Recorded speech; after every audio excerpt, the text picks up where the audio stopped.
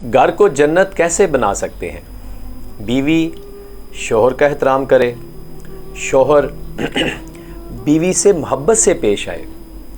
My dears, ये दो चीज़ें बच्चों की तरबियत पे बहुत गहरा असर छोड़ती हैं। ये कि मर्द बीवी का दिल ना तोड़े और औरत मर्द का गुरूर।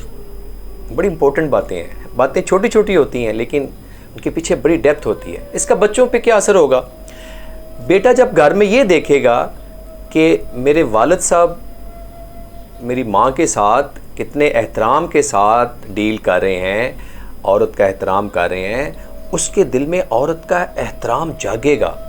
माय डियर, इसके लिए मैंने कहा ना, अल्फाज की ज़रूरत नहीं है। तरबियत के लिए अल्फाज की ज़रूरत नहीं है। जब बेटा ये देखेगा कि वालिद औरत का एहतराम कर रहा है, उसके दिल में खुद ब खुद औरत का एहतराम पैदा होगा। कल को जब उसकी बीवी आएगी तो वो उसका भी एहतराम करेगा विदाउट एनी रीज़न, क्योंकि उसने देखा है कि वालिद औरत का एहतराम कर रहा है, उसकी वालदा का। ठीक है।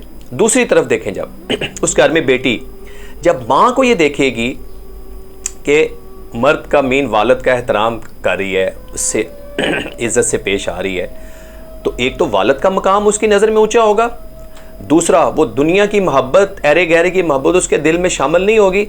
जो सबसे इम्पोर्टेंट बात है, उसके दिल में कल को उसने बीवी बनना है, वो भी अपने शौहर का वैसे ही इज़्ज़त एहतराम करेगी।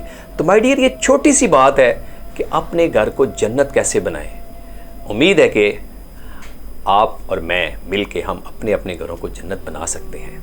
अपना बहुत ख्याल रखिएगा।